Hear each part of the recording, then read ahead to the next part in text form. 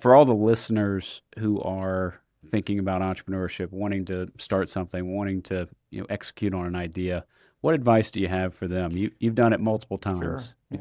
What should they be You, thinking? you know, a lot of these people, it's like, oh, I'm in college. I'm going to do like, I'm going to just drop out of college like all these geeks do. I'm going to drop out of college and go start my own thing. Well, look, that this is a half court shot, right? What you want to do is if you want to go into some industry, you go to work for somebody who you think is really doing it right, right? And you work there for like 5 years and you get to know all the technology, all the stuff, how what to do, how to price it, who the customers are, how a good contract looks like a bad contract, or whatever it is, right? You want to learn from the best, and then you run off and start your. That's the open court layup, right? That's the way to do it, and that's your success rate is humongously better. And then when you go to start your company, then you're going to say, oh well, I'm going to have to give some stock to this guy and this guy and this guy. You got to be careful about that because sometimes.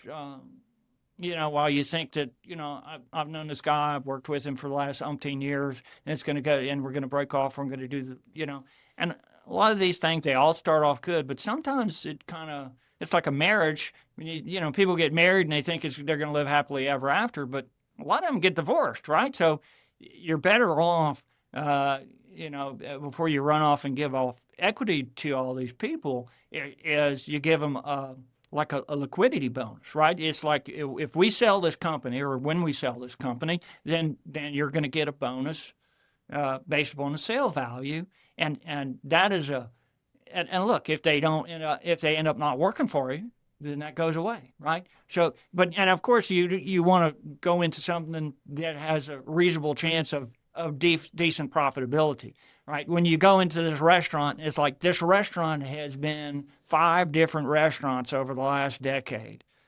Don't go buy the frickin' restaurant that has gone out of business 5 times in a row and think that you're going to be able to do something different. Go find some industry that you can make a decent margin in. Be scared of competition and go place where there's no competition.